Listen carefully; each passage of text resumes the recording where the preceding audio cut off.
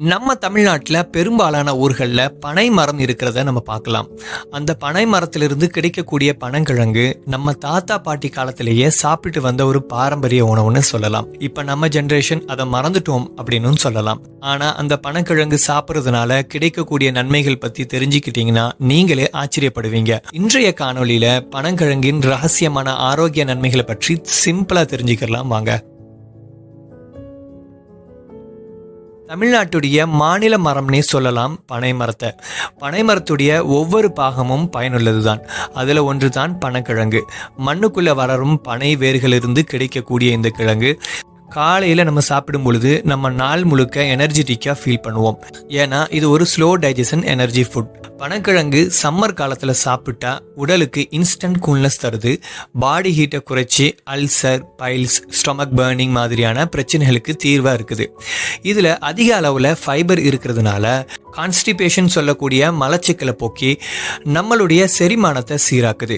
குடல் ஆரோக்கியத்துக்கு இது ஒரு மெடிசின் மாதிரின்னு சொல்லலாம். பனக்கிழங்குல அதிகமான கால்சியம், பாஸ்பரஸ் நிறைஞ்சு இருக்கிறதுனால நம்மளுடைய எலும்புகளும் பற்களும் வலிமையாக இருக்கும்.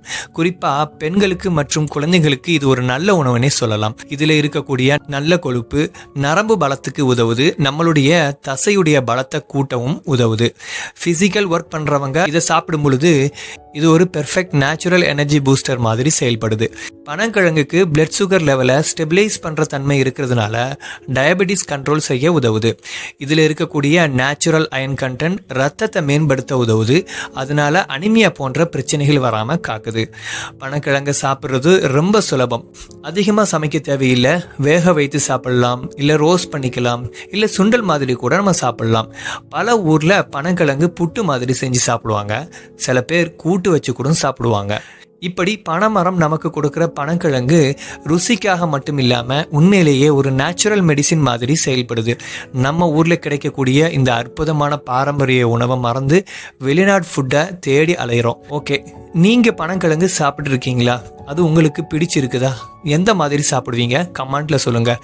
மீண்டும் ஒரு பயனுள்ள காணொலியில் சந்திக்கலாம். நன்றி.